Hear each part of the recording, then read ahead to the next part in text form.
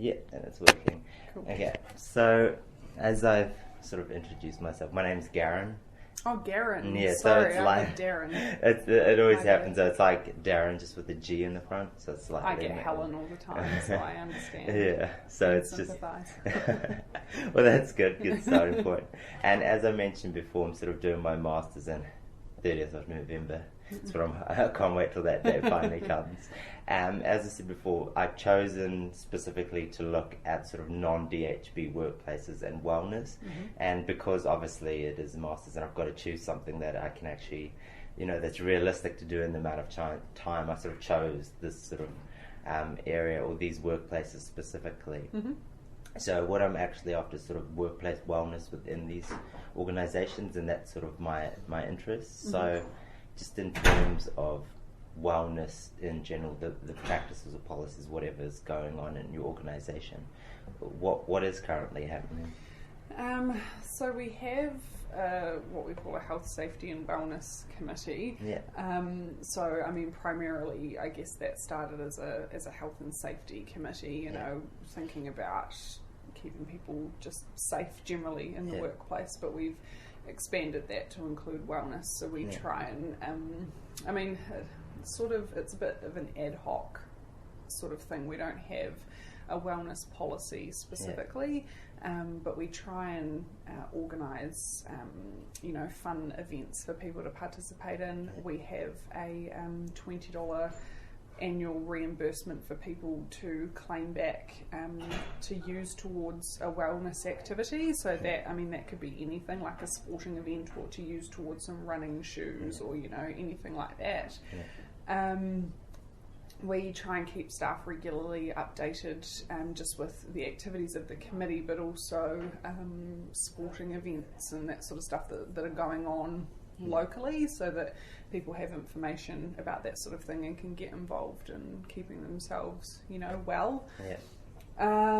Last year we participated, or the committee anyway, participated in something called the 70-day game, where it's like a corporate game where you track your steps and all that kind of stuff and earn points, and we had the idea of, if that went well, rolling it out to staff to get them to participate in it, but we didn't think it was particularly great, and we thought we could probably run something fairly similar ourselves, but we just haven't actually gotten around to arranging that.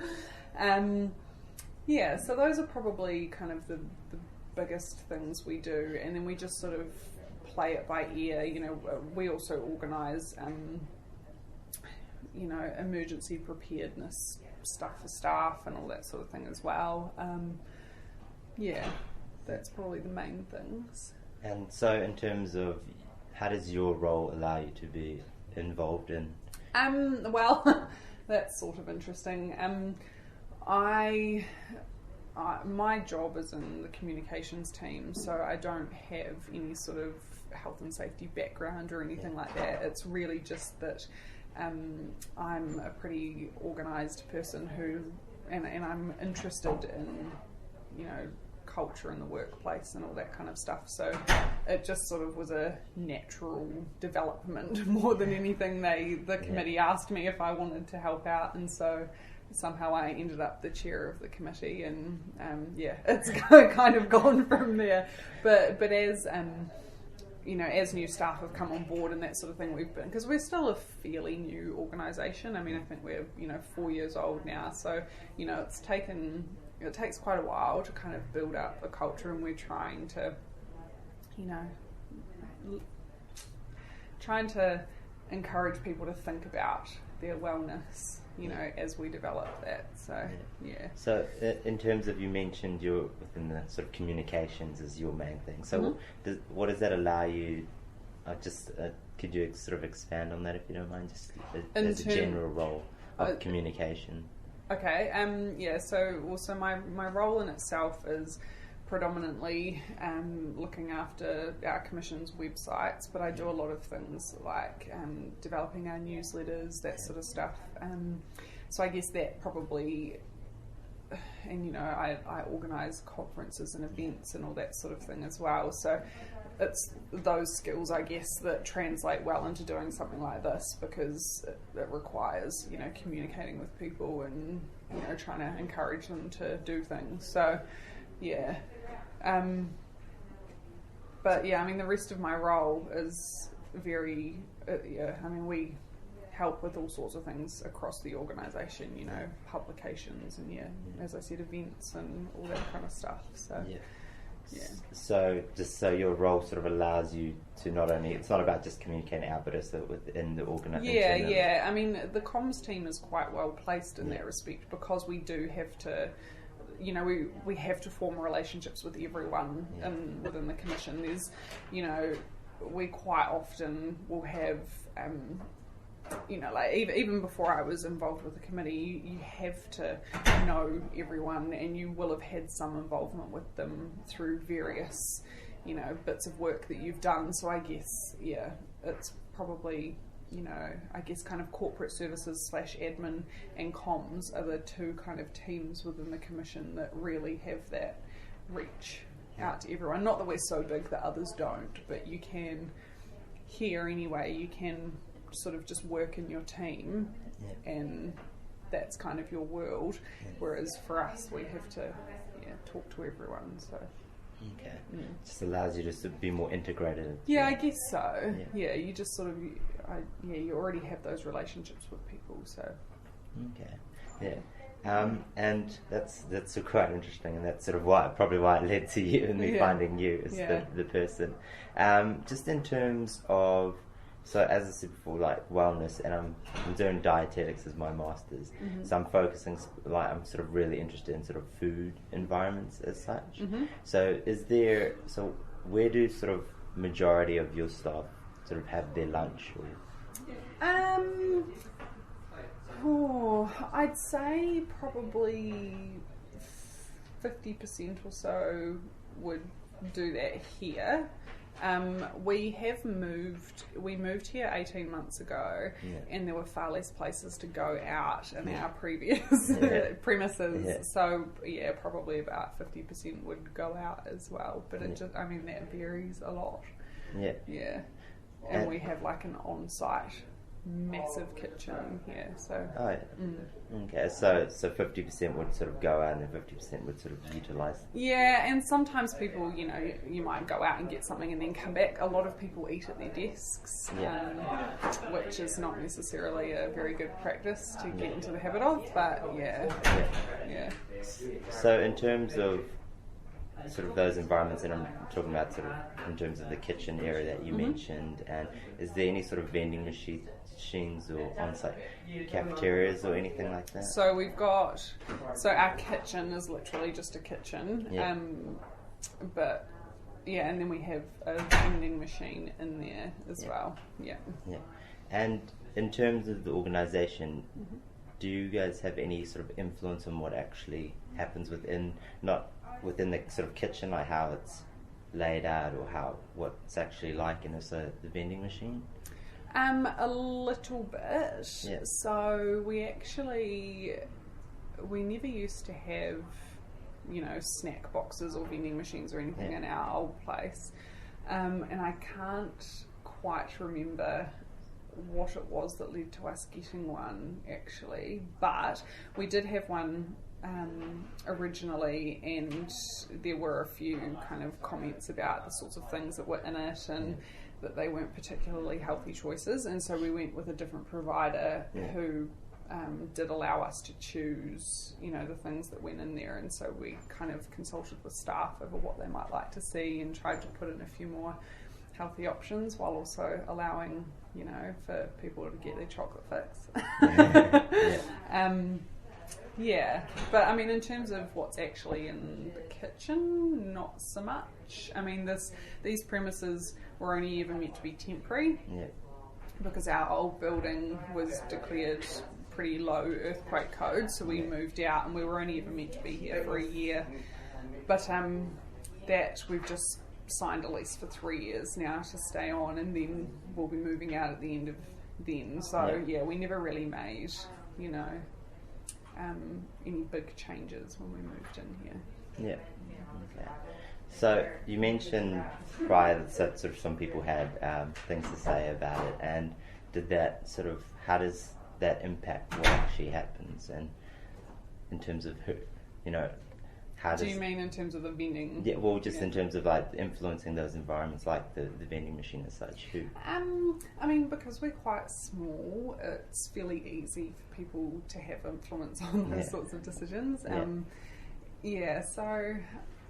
I don't know. I mean, there were probably a handful of people who, made comments about the choices that we had available in our old machine, which is what kind of spurred action on it, really. So, and the idea was,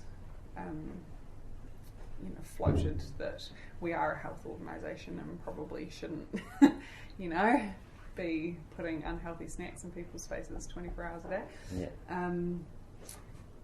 So I mean, I think staff generally have a fair amount of say, and in terms of equipment and stuff for use in the kitchen as well, because we didn't used to have quite such a big facility, over the last year people have said, it would be great if we had a blender or a whatever in the kitchen, and so we've slowly gotten extra things to help people to be able to cater for themselves in house and that sort of thing.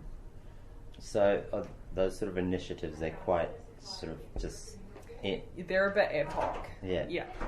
And they generally, sometimes they just go through our corporate services team, but our office manager is on the Health, Safety and Wellness Committee, so often she'll bring those ideas to the committee and we'll talk about them and then make an agreement whether or not to do it, and we more often than not do, but And in terms of other things like, so we've talked about what's actually a year.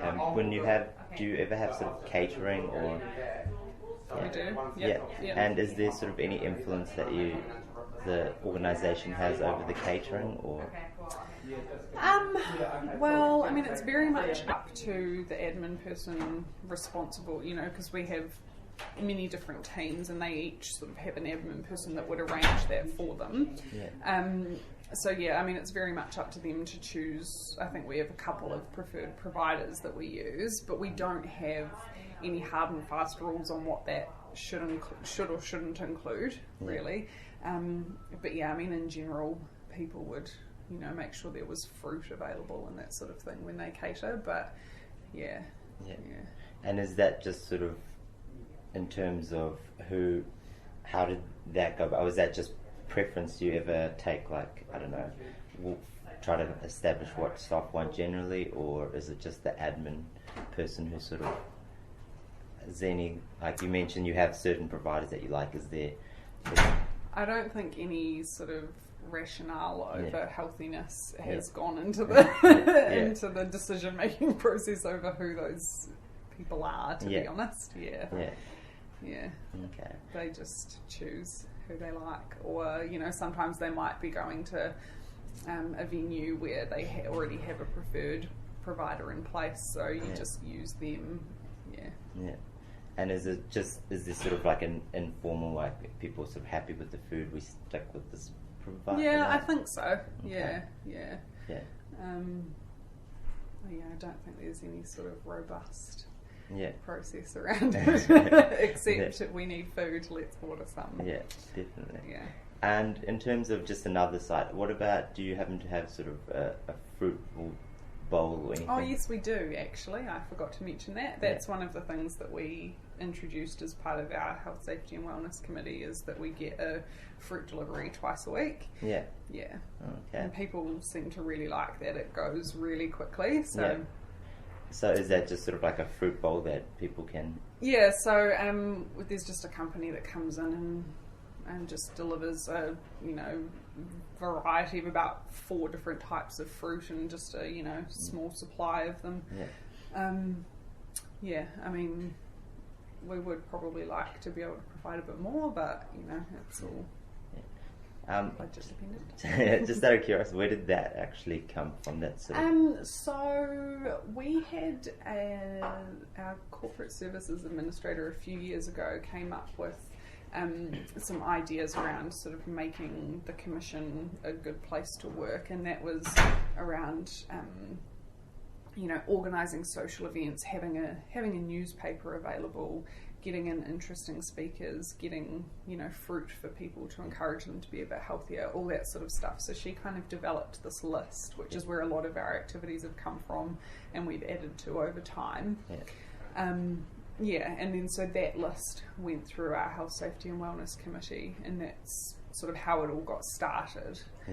Because she had come from workplaces where that sort of thing was done, and it, as I said, because we were quite new, that sort of thing hadn't really been thought about too much or set up yet. So she had a lot to do with that. But then she left, so as it was her prerogative. But so we've just kind of picked that up from there, and then I think we did a survey of staff. That might have been before my time on the committee, but we did another one about 6 months ago, just asking people what sorts of things they might like to be, get involved in, whether that was on-site yoga or all that sort of stuff. So we do try and get people's feedback about what what would actually get them engaged in it, and taking part in activities. So and that's interesting in sort of mentioning that you sort of do these surveys to try and find out what they actually want. What's the processes once you've sort of identified, until sort of it's actually been decided? What are the things that determine whether or not it's going to happen? It varies a little bit depending on what the activity is. If it's something that doesn't require a whole lot of high level approval, so basically whenever we don't need to spend money on something, then generally the committee, we can just organise that within the committee and just go ahead and do it.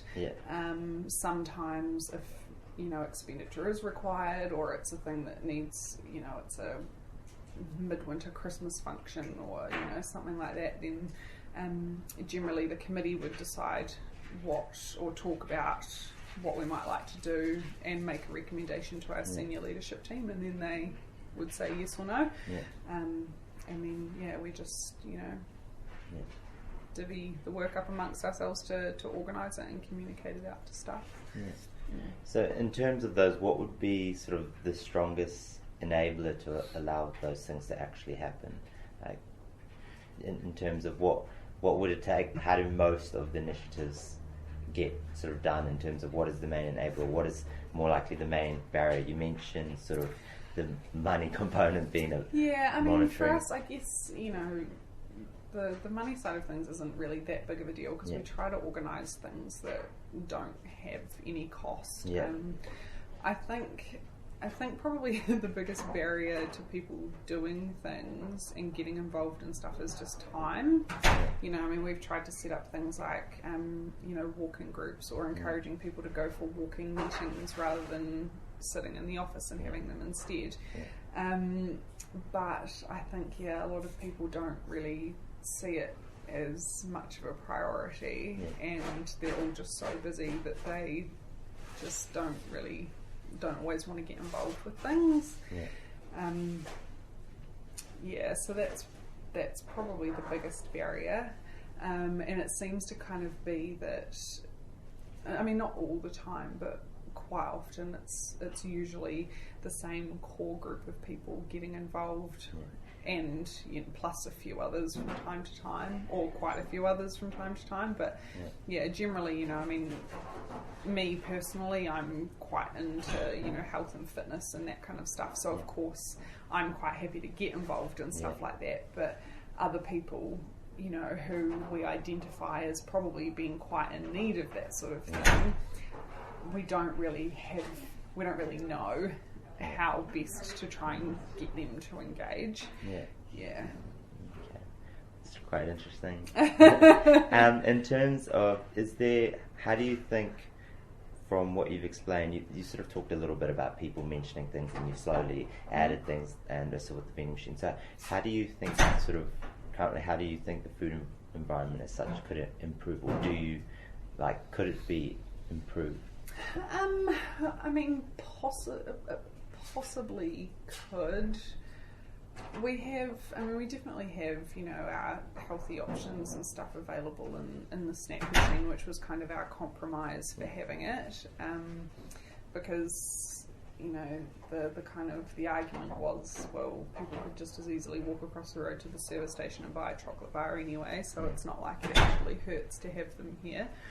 But we do we do a newsletter to staff on a bit of an ad hoc basis about health, safety and wellness activities, and we try and include healthy food ideas and all of that sort of thing. We also from time to time do cooking classes here because we have such a big kitchen, but they tend not to be particularly healthy things, I suppose. But I guess the trouble is that everyone here are adults, they make their own food choices, they can go out and buy whatever they like if they want to, and equally so, there's no, and I don't think you ever really could put a policy around what you can and can't eat when you're in the office, but having the big kitchen is a bit of a double-edged sword because it gives you the ability to make unhealthier stuff like cook a pie in the oven if you want to, whereas we didn't have the ability to do that before.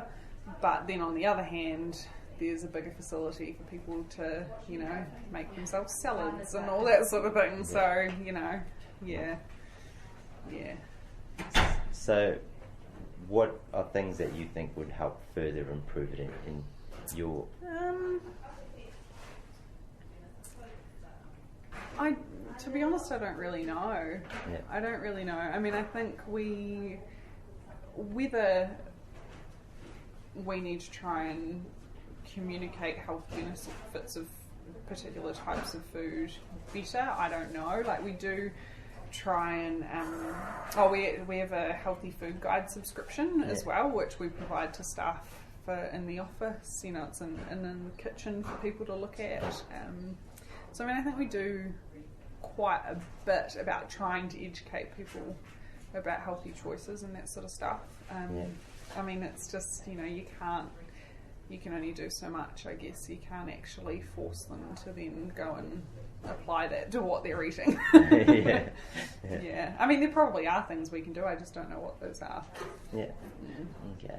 And in terms of, do you think that sort of with, I don't know, say for example the catering and the vending machine, you sort of talked about how it sounded like sort of informal people mentioned, we want sort of better things. Do you think that in terms of a practice versus as sort of a formal policy, what are your thoughts on those sort of two?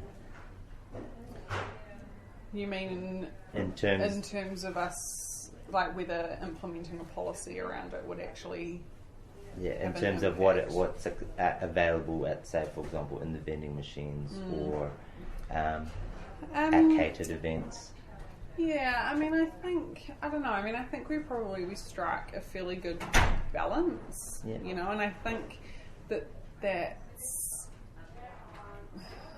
my personal view is that that's fine because it does give you the ability to choose, and I think if you were to remove people's ability to choose is when you start getting pushback from people when they think that you're just being, too anal retentive about it and, removing their right to, decide what they want to put into their mouth, really, I don't really have a strong opinion either way on whether there should be a policy or not. I guess, it's a bit difficult because the other night, for instance, we had a pizza party here because we are packing up all of the office so that we can have some renovations done, and so as a reward they got in some pizza.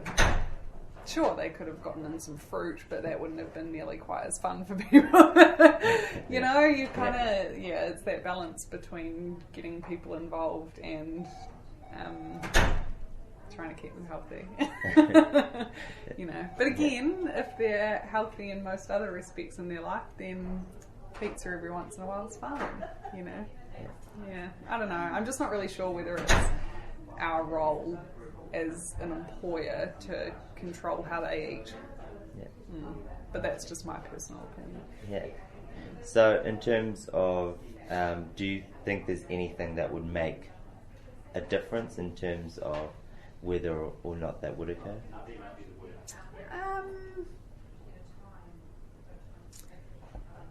I don't know. I mean, I guess it would have to. It's never really been brought up as an idea before, so I guess it would. Excuse the pun, but there hasn't really been an appetite for it to happen thus far.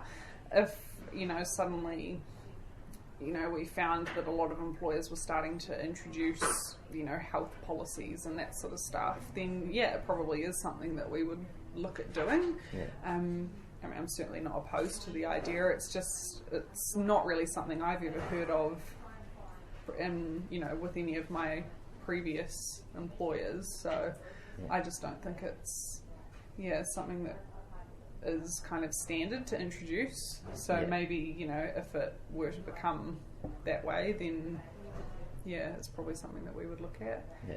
So because I mean, some organisations do have practices, which is what you that's sort of what it sounds like, and some do have sort of policies of well-being practices. So does your organisation sort of have mostly practices, not actual formal? I mean, we have health and safety policies, but not wellness policies. Which I mean, health and safety, as much as it says health, I don't think it's really in terms of food, in terms of our policy anyway. That seems to come for us more under the wellness side of things, like keeping yourself well by eating healthily and that sort of stuff. So I mean, there's definitely no formal policy around that. It's just something that we're trying to have a bigger focus on. So all those physical activity and all those other things are just sort of practices that the committee sort of decided, and people have had a chance to feed into. So in terms of what has, I guess, prevented, or at this point in time, how come there's sort of being no idea of sort of wellness policy? I mean, like I said, there's probably just no policy because it's not something that any of us have ever come across before in our own previous employment situations. I guess that's probably the simplest answer. I mean, obviously it does sound as though some organisations have that, but I mean, it was just probably not something that was ever really thought of when they started the commission, and because nobody knew of them, it just hasn't really been done. I mean, I don't think it's a case of we don't want to implement one. So it's more just sort of the practices have sort of gone from, I guess, from people feeding in and then the committee and all these. And because like I said, I mean, we used to just be a health and safety committee, and now we are trying to focus more on wellness as well. So, over time that has evolved into the health, safety and wellness committee. So, I mean, I think we're sort of taking steps in that direction perhaps, but I mean, I wouldn't even know where to start in terms of actually putting a policy in place. So. And so I guess that's my next question in terms of what would be the barriers to sort of adding, since done it to sort of a committee perspective, in terms of adding an actual, I guess, formal documentation. I mean, like I say, I just guess I wouldn't really know where to start. I mean, it would have to, we would have to look at, I guess, existing policies to see how those might apply to our workplace, and then it would be a case of taking those through. I guess we'd have to do some sort of consultation with staff depending on what was in it, and then taking that to our senior leadership team in order for them to formalise it and officially make it a policy. But I mean, I wouldn't say there are any barriers to that happening. It's just it's not really something that we have thought of until now. I didn't know I should have one. I mean, it just depends. Some organisations find that practices work fine, some like more formal. It just depends on sort of the culture, and I guess what sort of culture do you think that your organisation has? I mean, I think that people Yeah, I mean, it's a bit difficult because I think people might sort of see it as just another policy, you know, whereas the way that we do it at the moment is, you know, it seems to be working fairly well, but I don't know, I guess I don't see how formalising it into a policy is going to get any further engagement from staff. I think, you know, that's probably our biggest problem, is getting people engaged and doing stuff. Like I was saying before, you know, there are kind of a core group of people who are really interested in it, and then others that dabble from time to time. And yeah, I don't think that making something a formal policy is automatically going to make those people go, oh, okay, I'll pay attention to it now. Maybe it would, but yeah, I don't know, it's probably something we would have to think about. And is there sort of, do you have any idea of why there is sort of that lack of engagement? No, we don't. And I mean, I think that's why we did the survey, you know, the kind of 6 month ago one was, and we were hoping that, you know, most people would respond, and by giving them the opportunity to come up with ideas, that we could then put in place some of their ideas so that they would want to get engaged. But that hasn't really happened. I mean, lots of people suggested on-site yoga, so we did some investigation, and then when it came down to saying, okay guys, you know, we can do this is how it would run, who's interested? No one. Or, you know, like one or two people, you know, it just, I don't know why people just ultimately don't decide to get involved. And if we take sort of that similar example that you use, and you mentioned previously about the kitchen and adding little things that people mention, has that changed sort of the usage, or? Yeah, I think it has, because, you know, we've added in things like pots and pans and a blender and all that sort of thing, you know, and so people feel like they can have a little more control over what they make, and so, you know, a few more people will start to bring in their lunch rather than go out and buy it and that sort of thing, which is, you know, I guess a good thing. But then in saying that, you've got just as much control to make yourself something unhealthy as you do to go out and buy yourself something unhealthy. So, you know, swings and roundabouts. And do you think that the sort of kitchen environment does actually sort of, I guess, does have an impact, I guess, on behaviour or what people eating?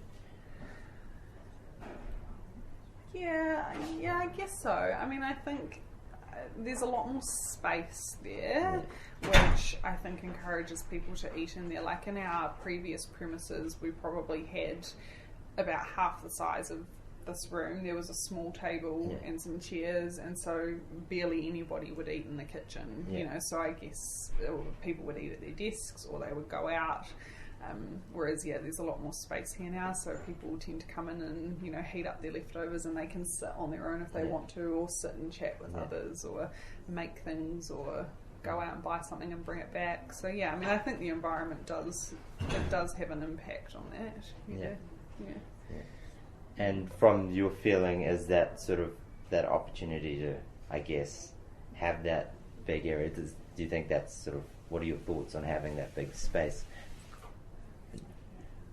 In terms of just, I guess, the culture as such, do you think it helps? I mean, I think it does, because it's a bit difficult here because we're split over two sides of the office, and we have security doors in between, you know, like there's, and we also have some staff down on level 1. So it does kind of provide an area where people can sort of come together.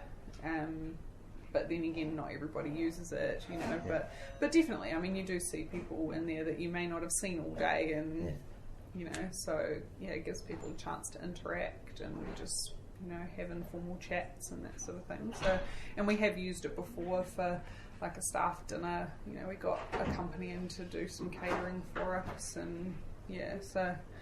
It is, I mean, it's good in that respect. And just out of curiosity, in terms of, you mentioned quite early on about the whole idea of being a sort of health organisation, and I've been doing a little bit also on sort of the idea of role modelling, and how does your sort of organisation view that in terms of being role models for, I guess, sort of health behaviours as such, so like physical activity? I guess it's a bit of an interesting question, because as much as we're a health organisation, we're not a public facing one. Yeah. So I think it's probably a bit different to somewhere like the Ministry of Health, where you would, the public sort of know who they are. Almost no one in the public has heard of us. We're very much communicate with district health boards and private hospitals and that sort of thing. So they wouldn't really see our behaviours. They only really see our work. They wouldn't really see our organisational behaviours. So I don't know that it would really have much of an impact on, how external people see us. And in terms of that being sort of, you're not exactly there, but like, I guess in the public view as such, but in terms of as a public organisation, do you think the idea maybe on a broader aspect of role modelling as an organisation to private enterprise, sort of what? I guess we kind of do. Oh, well, not necessarily we do, but we should probably be role modelling, best practice, so to speak. Yeah. But I think people think that we probably don't really have to quite so much, so we just don't. But in saying that, like we are a health organisation. We it's not a good look when staff are smokers or that kind of stuff. You don't really. It's not a good place to be in if you are. But I don't know. I guess I haven't really thought about it quite so much from that respect. But then, interestingly, one of my colleagues in my team was saying when we first got our vending machine, that we're a health organisation, we just shouldn't have that sort of stuff in our kitchen. Yeah. It's not a good look to anyone, which is, I guess, a fair point. But then in came the argument that you can walk across the street and have access to the same things anyway. But I don't know. I don't know if that really answers your question. But it's just in terms of, is there any, has there been sort of, I guess, any pressure from anything higher up, sort of trying to influence any, I guess, practices? No, not that I'm aware of. No. We are very separate to the Ministry of Health and other health organisations and that sort of thing. But ultimately our board doesn't dictate that sort of stuff to us. Our chief executive doesn't have, well, she may have a firm view, but has never communicated that to staff. It's not, we don't have pressure from anyone to model best practice in terms of health practices. We do in terms of the way that we work in the work that we do, but not on an individual. As a staff, you should be not smoking, eating healthy foods, not scarfing down a bar of chocolate every day, that sort of stuff, staying fit and So then sort of those drivers again of the wellness within for the staff, what are sort of, I guess, you sort of highlighted on what the drivers are in terms of how you get things going, but what is there sort of any, I guess, what's the goal or I don't know that we really have a goal as such, which is possibly not a good way to start a program, but I think we just kind of wanted to make, or our view was just that we wanted to make the Commission a good place to work. We want to attract the right people, we want to keep the people that we've got, and so it was just sort of, we thought that if we placed a focus as the Commission on doing that sort of stuff, that people would see that, you know, they are valued and would want to stay, you know. And, you know, if you've got, it also comes down to things like, you know, productivity. If your staff are staying healthy, you know, they're less likely to get sick. We give them flu shots, that sort of stuff. So, you know, then your workforce is more productive. They're less likely to have sick days, all that kind of stuff, which all ties back into the kind of health and safety side of things too, I guess. Yeah. But, yeah. So it was sort of the drivers are sort of not only you wanted to portray the organisation as being a good place to work, but you also want to ensure that it's also a productive workforce, I guess. Yeah, Yeah, and you know, a third thing, that we want staff to be, you know, happy with the environment, and you know, want them to feel like the Commission actually cares about them as a person, not just, you know, as somebody who can do a job for them. Yeah. Okay. Yeah. And just this is just on like a side thing in terms of, do you feel, you sort of mentioned that whole idea of productivity, and that's quite interesting to me because what are your views on that as being sort of a public organisation, I guess, is that versus, say, for example, private? Do you think what is the sort of value or the importance of ensuring that productivity? Do you? Well, I mean, I guess the less time. I mean, just as I guess a personal view, not necessarily from the committee's perspective, but you know, the less time that people are off work. I mean, it's pretty simple, isn't it? Yeah. The less time people spend off work, the more that we can achieve. But you know, I mean, it's also good for people personally to not be away sick. I mean, nobody likes being unwell. Sure. So you know, it's got a kind of there's two sides to that, but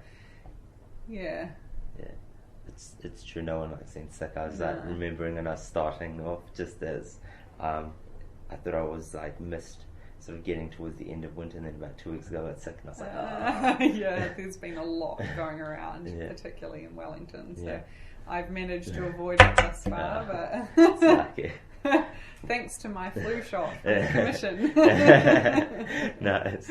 Well, I just want to sort of thank you for this opportunity, and it's been I hope great. It's been helpful. It's definitely been great to sort of see what's happening, and I'm really sort of quite interested in the whole committee and how things, you know, sort of how you get the ball running effectively, and I sort of quite liked it. I was wondering in terms of if I'd be able to sort of look or see this kitchen facility and I can take you through. Yeah, that'd be great. I'll need you to sign a consent form that says it's okay because I'm wanting to just do like sort of an observational audit. So that means just sort of I guess observing the facilities as such, and if I'm allowed to take pictures of the kitchen, that'd be great.